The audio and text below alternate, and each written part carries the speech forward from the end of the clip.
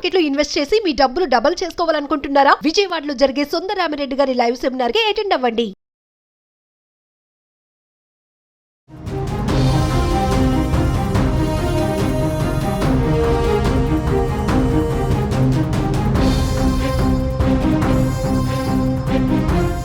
నమస్తే, welcome to Suman TV. ప్రస్తుతం మనతో పాటు ఉన్నారు అనలిస్ట్ డాక్టర్ నంది రామేశ్వరరావు గారు. సార్తో మాట్లాడదాం. నమస్తే సార్. నమస్తే అమ్మ. సార్, ట్రంప్కి మోడీకి మంచి ర్యాపో ఉందన్న సంగతి అందరికీ తెలిసిందే. మరి ఇప్పుడు ట్రంప్ తెచ్చినటువంటి రూల్స్కి మనకు వచ్చేటువంటి అడ్వాంటేజెస్ ఏముంటాయంటారు? అందితే తోక లేకపోతే పులి ఏదో సామెత ఉంది, గోడ మీద పిల్లి వాటం అని. బయటికి మాట్లాడే రాజకీయ నాయకులు అపోజిషన్ పార్టీలు లోన వేరేగా ఉంటాయి. నేను పేర్లు చెప్పను కానీ కొన్ని సీఎంలు లేకపోతే ప్రెసిడెంట్లు బయటకు తిట్టుకుంటారు.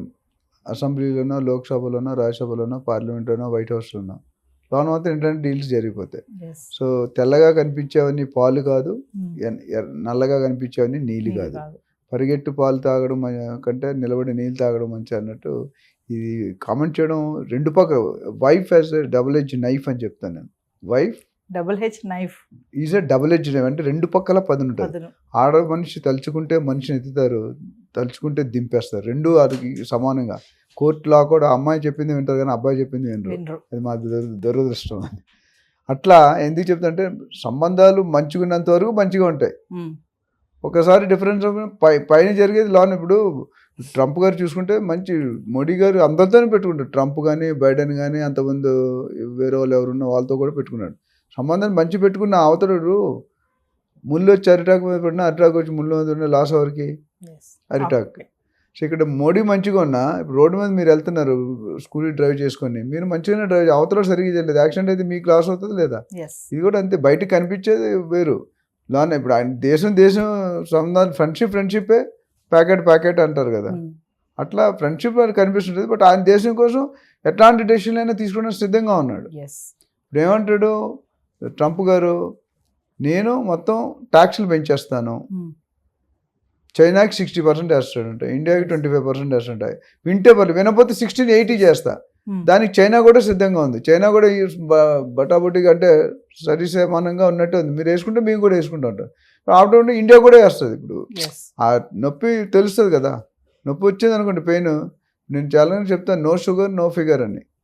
అట్లా ఏంటంటే నో షుగర్ నో ఫిగర్ అంటే మనకు ఆనందం లేనప్పుడు మనం ఏం చేస్తాం, నెక్స్ట్ లెవెల్ ఎత్తుక్కుంటాం, ఆశ నుండి అత్యాశకి వెళ్ళినట్టు.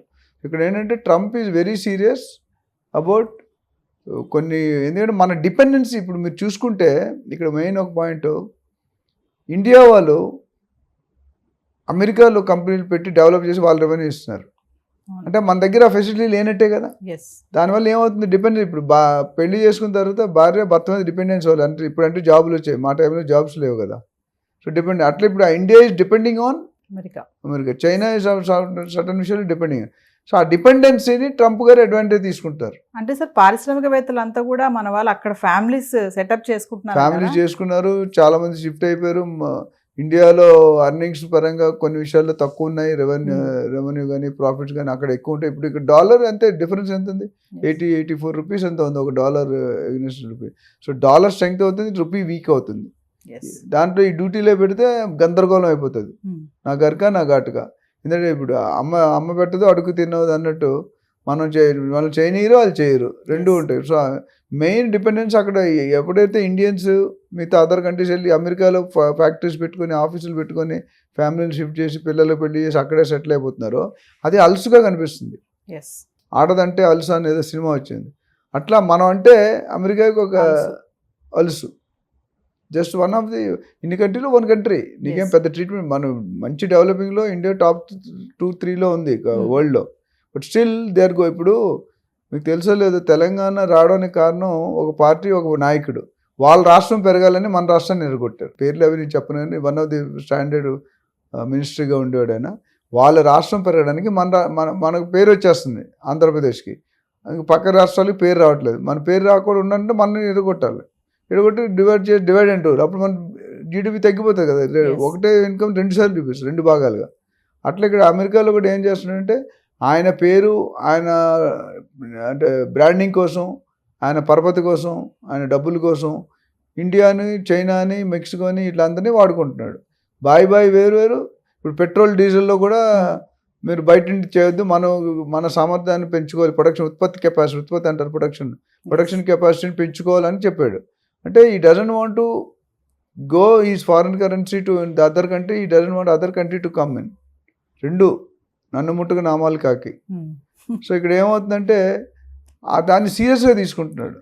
అండ్ దానికి మనకు అనుకూలంగా ఆయనకి స్టెప్స్ ఉన్నాయి, లూప్ హోల్స్ ఉన్నాయి. ఇప్పుడు మనం ఇండియా వాళ్ళు రూల్స్ పెట్టినవాడు ఉంటాడు, పోడు, మనకి రెవెన్యూ పెరుగుతుంది, అండ్ ఇబ్బంది పెట్టినట్టు అవుతుంది, పగ తీర్చుకున్నట్టు అవుతుంది, కసి తీర్చుకున్నట్టు అవుతుంది, ఇట్లా ఉన్నాయన్నమాట. మేజర్గా ఈ పాలసీలో ఎఫెక్ట్ అయ్యేది China, Japan, Mexico and India. మన ఇండియా లాస్ట్లో ఉంటుంది. చైనా మీద ఎక్కువ కసిగా ఉన్నాడు, అందుకని 60% వేసాడు. రేపు పొద్దున 100% వేసినా ఆశ్చర్యపడక్కర్లేదు. So excise duty, customs duty అనేది చాలా dangerous subject. Direct taxes, indirect ట్యాక్సెస్లో వస్తుంది. ఆ విధంగా చూసుకుంటే it is going to have a great impact. ఎంత మోడీ గారు ఫ్రెండ్షిప్ మెయింటైన్ చేయాలి, Modi garu is maintaining, trying to do well.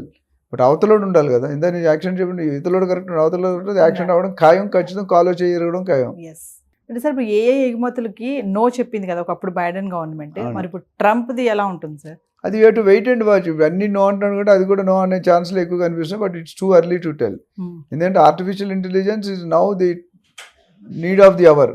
ప్రతి కంపెనీ, ప్రతి కంట్రీ, ప్రతి లీడరు, ప్రతి పార్టీ రాజకీయ నాయకుడు ఏఐ గురించే మాట్లాడు. ఇంక్లూడింగ్ ఇప్పుడు తెలంగాణలో కానీ ఆంధ్రలో AI city, separate city, skilled university training అండి. Artificial intelligence is going to change the entire world scenario. ఉద్యోగాలు పోతాయి అనేది 100% కదా. ఉద్యోగాలు ఉండాలి మనుషులు, మాన్యువల్ కూడా. బట్ డెఫినెట్గా యాక్యురసీ లెవెల్స్, స్పీడు, టైము. ఇప్పుడు మీరు మొన్న చూసాను చాట్ జీపీటీలోను మీ వాయిస్ అంటే చెప్తాడు కావాలంటే. మీరు ఏదైనా అడిగారు, నేను ఇక్కడ నుండి బంజారా హిల్స్ వెళ్ళాలి, అది ఇక్కడ అమీర్పేట అంటే రూట్ చెప్పేస్తున్నాడు వాయిస్లో.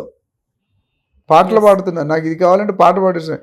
విత్ ఇన్ ఫ్రాక్షన్ ఆఫ్, ఇప్పుడు మీరు ఇంగ్లీష్ నుండి హిందీ మార్చండి, హిందీ నుండి తెలుగు మార్చండి, ఒక క్లిక్ నొక్కితే తక్కువ వచ్చేస్తున్నాయి. ఒక లెటర్ కావాలంటే, ఇప్పుడు ఒక లెటర్ రాయాలంటే చాలా కష్టపడి, ఇప్పుడు లెటర్ సబ్జెక్ట్ కంటెంట్ ఇచ్చి I want to right leave letter అంటే తక్కువ వచ్చేస్తుంది.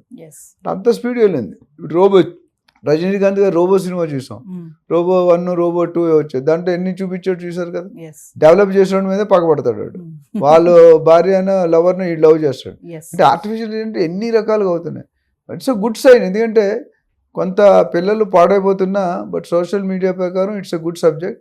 అండ్ అవుట్పుట్ పెరుగుతుంది. తక్కువ మనుషులు చేసే టైంలో యాక్యురసీ తక్కువ ఉంటుంది, టైం ఎక్కువ పడుతుంది.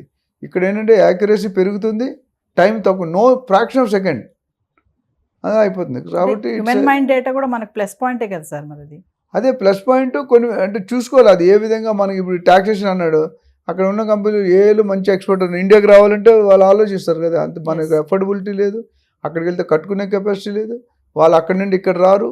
ఎందుకంటే India policies, rules, tax rules కంటే అక్కడ బెటరు, క్లీన్ ఉంటుంది. అక్కడ పిల్లల చదువు free, college free, education free, medical free, food కొంత అన్నీ ఫ్రీ వాళ్ళకి. దానివల్ల it's an advantage. Space, semi conductors, biotechnology ఇలాంటి ఎగుమతులు ఏమి ఉండవంటారా? ఇంకా ఉండవు నన్ను డిపెండ్స్ ఎంత రేటు పెడతాడు, ఎంతవరకు ఫీజిబిలిటీ అవుతుంది, మనం ఎంత ఎఫోర్డ్ చేయగలుగుతాం. At the end of the day rate బాగా ఎక్కువైంది అనుకోండి. అవకాడో అని ఒక ఫ్రూట్ ఉంది, కేజీ 600 రూపాయలు. అవకాడో అది one of the best fruit in the world. కానీ ఎంతమంది కొనుక్కోగలరు? Indian avocado 400, foreign imported avocado 700. 2 కాయలు వస్తాయేమో పెద్ద సైజు కేజీకి. ఎంతమంది ఎఫోర్డ్ చేయగలరు? ఒక కాయకి 2 గ్లాసులు జ్యూస్ వస్తుంది. So that segment is different. చాలా వీడియోలో చెప్పారు కదా సార్, ఏ జరిగినా కూడా మన ఇండియన్స్ లాస్ట్లో ఉంటారు, ఫస్ట్ ఎఫెక్ట్ అయితే మనకు ఉండదు అని అంటూ ఉంటారు. మరి ఒక్కసారి ఫైనల్గా చూసుకుంటే సార్, అంటే దీన్ని బట్టి కొత్తగా వచ్చిన రూల్స్ని బట్టి మన వాళ్ళకి వచ్చినటువంటి బెనిఫిట్స్ ఏమైనా ఉంటాయంటారా? డిసడ్వాంటేజ్ కొన్ని ఒకటండి, మన వాళ్ళు స్కిల్లో, నాలెడ్జ్ మన వాళ్ళు చాలా తోపులండి, అంత ఈజీగా పోరు. ఎక్కడో 10-20%, 10-20% ఉండొచ్చు. వాళ్ళకి ఇంపాక్ట్ కానీ మేజర్ స్కిల్ ఉన్న వాళ్ళకి ఏం ఇంపాక్ట్ లేదండి. It's not going to effect because sometimes if they send talented people they are under loss. మన ఎవరో వెళ్ళిపోతే డబ్బులు పెంచే వాళ్ళు వచ్చారు. టాలెంట్ ఉంటేనే తెచ్చుకుంటారు. ఆ టాలెంట్ ఉన్నట్టు పంపిస్తే అదర్ టాలెంటెడ్ ఉంటే మనం తీసుకోడు కదా. సో వాళ్ళ ఇప్పుడు ఏమంటాడు, ఇప్పుడు నేను డెవలప్ చేయండి, పాత అదర్ కంట్రీస్ తగ్గించడానికి you develop the skills. Leaders పెట్టి ఒక్కో లీడర్ 1000 మంది 100 మంది డెవలప్ చేయమని చెప్పండి. మనం వేరే ఇప్పుడు అమెరికా కూడా మన మీద డిపెండెన్సీ ఉంది. How we are depend, they are also dependent. ఎందుకంటే ఇప్పుడు మనకి 10 కోట్లు ఇస్తున్నాడు, they have to give 50 crores. Thank you sir. Thank you.